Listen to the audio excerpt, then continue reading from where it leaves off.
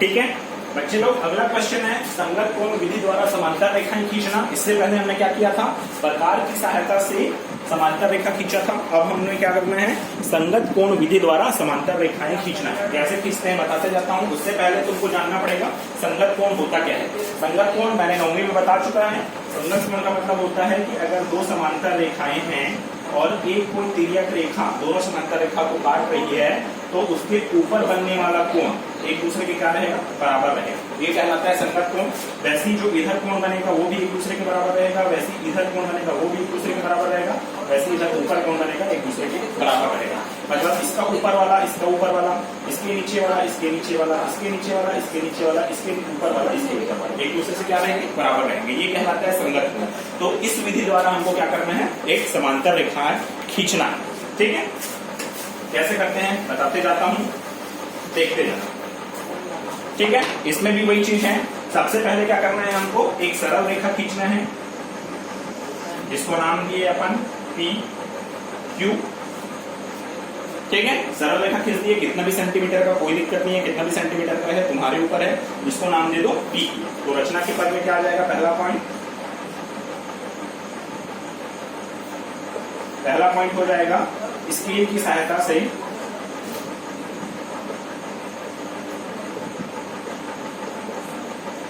अपनी सुविधा अनुसार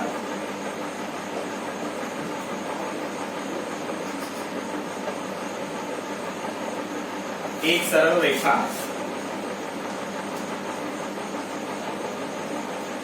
PQ खींचो।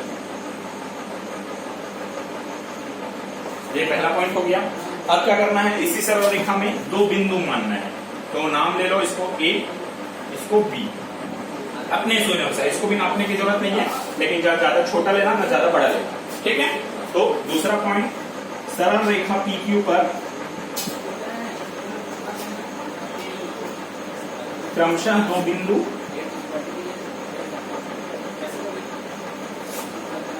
A और B दिया। क्या माना,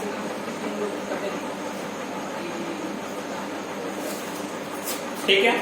तीसरा पॉइंट क्या करना है, अब बिंदु A को केंद्र मानकर चांदे की सहायता से एक 45 अंश का कोण बनाना है। 45 अंश का कोण बनाना है, ऐसा कहीं आएगा, इसको 45 अंश। इसको तुम ज्यादा भी बना सकते हो, कम भी बना सकते हो, लेकिन न्यून कोण होना चाहिए। और 45 अंश का बनाओगे तो चित्र अच्छे से बनता है, इसी कारण इसमें बोल रहा है 45 अंश का बनाना है। बाकी तुम्हारे ऊपर है, लेकिन न्यून कोण ही होना चाहिए, 90 अंश से कम। चाहे तुम 60 अंश का, 70 अंश का, 80 अंश का, कितने भी अंश का बना सकते हो, लेकिन एक न्यून कोण होना चाहिए। तो 45 अंश में अच्छा बनता है, इस कारण इसमें बताया है 45 अंश का। तो क्या किए, इसको नाम दे दो, क्या सी दे दो, इधर कहीं सी। चांदे की सहायता से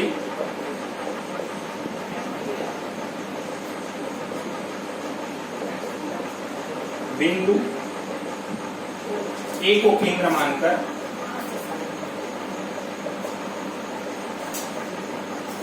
एक कोण, क्या कोण, CAB, कोण CAB बराबर 45 अंश का बनाए। ठीक है, ये तीसरा पॉइंट हो जाएगा तुम्हारा, 45 अंश का कोण बना दिए। अब चौथा पॉइंट क्या करना है, चौथा पॉइंट, रेखा AC में अपने सुविधानुसार कितने भी दूरी पर एक बिंदु ले लो R। ये बिंदु ले लो R, कहीं पर भी अपने सुविधानुसार, कोई दिक्कत नहीं है, ज्यादा बड़ा रहे छोटा रहे उससे कोई प्रॉब्लम नहीं है, अपने सुविधानुसार लेना है। ठीक है, तो चौथा पॉइंट हो जाएगा, रेखा कौन सा, AC पर अपने सुविधानुसार एक बिंदु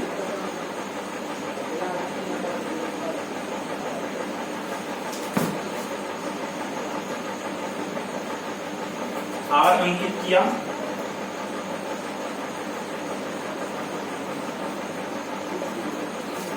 ठीक है, इतना हुआ, R अंकित किया। ठीक, पांचवा पॉइंट हो जाएगा तुम्हारा क्या, अब इस AR है ना, AR है जो, तो AR से आधे से ज्यादा चाप लेकर, मतलब AR की जितनी लंबाई है, अब उसको नापने की जरूरत नहीं है, यहां बस प्रकार रखोगे, आधे से ज्यादा लेते हुए एक क्या काट दोगे, यहां से चाप काट देना, ऐसा। इसको नाम दे देना SU।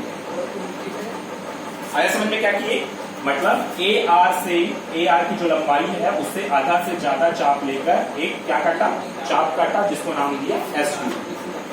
ठीक है, तो क्या किए, पांचवा पॉइंट हो जाएगा तुम्हारा, बिंदु ए को केंद्र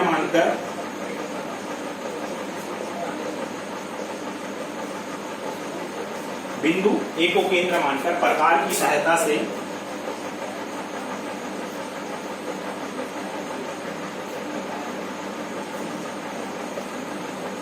ए आर के लंबाई के आधे से ज्यादा चाप लेकर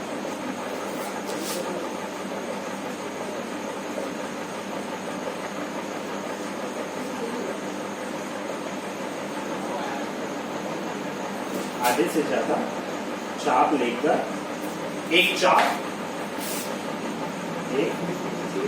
चाप काटा, जो रेखा, कौन सी रेखा, AB को U पर एवं रेखा, कौन सी रेखा, ये वाला AR को S पर काटती है। ठीक है, ताकि ये A बिंदु को केंद्र मानकर AR से आधे से ज्यादा चाप लेकर SU काट देंगे।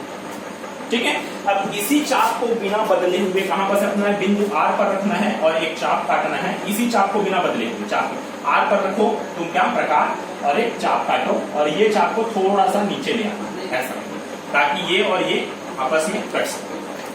ठीक है, तो क्या करेंगे, छठवां पॉइंट इधर लिखता हूं। छठवां पॉइंट हो जाएगा तुम्हारा, चाप की लंबाई बिना बदले हुए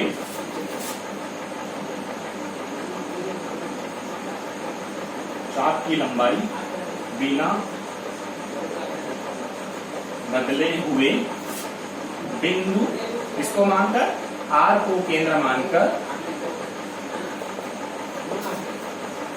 प्रकार की सहायता से एक चाप काटा।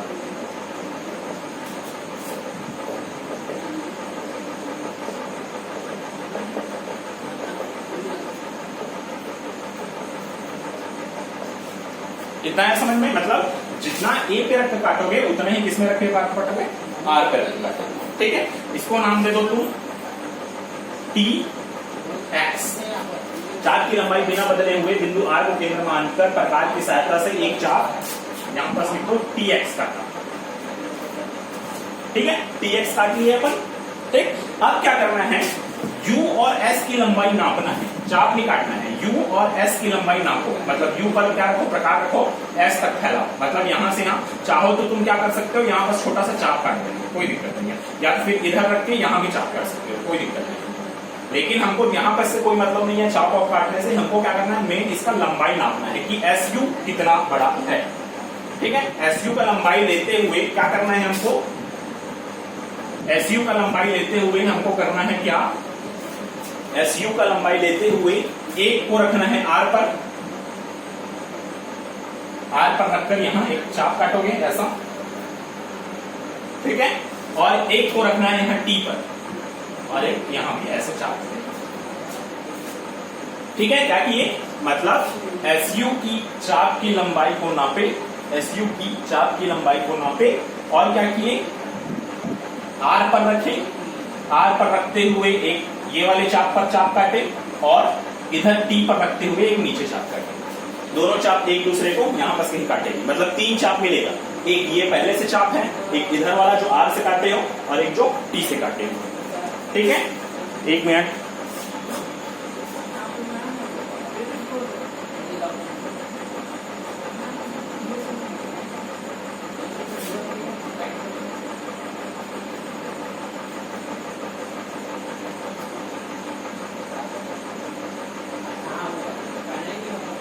बस सुनना।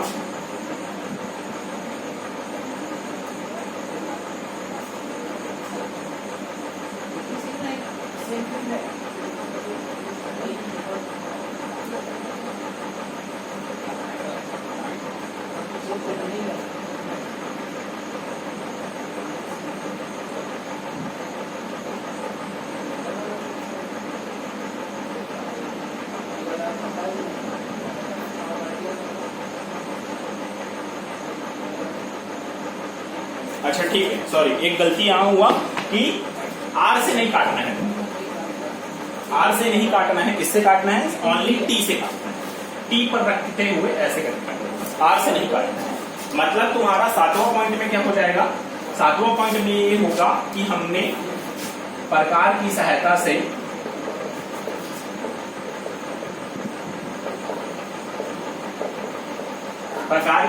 से चाप SU की लंबाई को नापा,